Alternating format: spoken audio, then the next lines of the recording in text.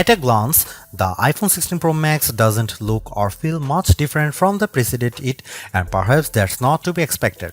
The competitive game of smartphones is now one of inches. The question is, can the small or even invisible changes add up to something big? In the early going with the iPhone 16 Pro Max, I would say the answer is yes. There is one other truly noticeable physical difference between the old and new iPhones. The iPhone 16 Pro Max has the new camera control. This button is bigger deal than I imagined, and I'm almost embarrassed to say that I already like it quite a bit. Covered in sapphire, the roughly half-inch long button sits on the phone's left side, a couple of inches down from the power, sleep or Siri button. It's recessed and is both a physical button and haptic one. A hard press gives instant access to the iPhone 16 Pro Max camera. That's nice trick, but of course you could program the action button to do so too. However, when I pressed lightly on camera control, I felt a little haptic vibration and then could sweep up and down on the button to quickly switch between the phone's cameras. If I lightly pressed twice, I gained access to deeper image controls.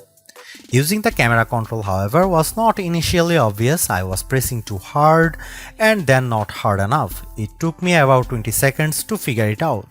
I could use camera control to switch zoom, depth of field and image styles. Oh, and you are not blindly guessing which settings the camera control enables. Every time I used it, a little black cutout appeared on the screen right next to the button to show me every setting and control.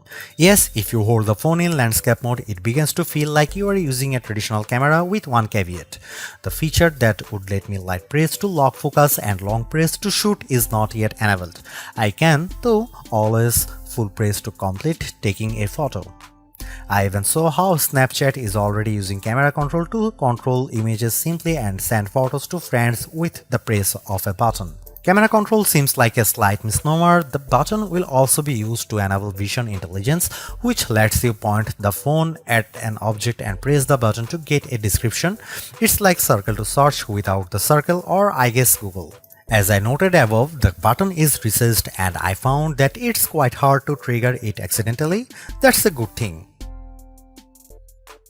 The iPhone 16 Pro Max was announced at Apple's It's Low Time event on Monday, September 9. iPhone 16 pre-orders will begin on Friday, September 9, and the new phone will hit store shelves on Friday, September 20.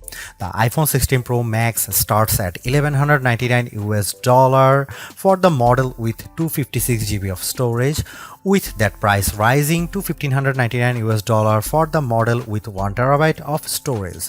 For context, those are the same starting and maximum prices as the iPhone 15 Pro Max. Is this the best iPhone Apple has ever made?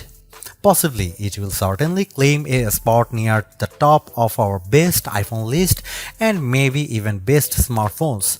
I will offer my definitive take when I finish my full review. Thanks for watching. See you in the next one.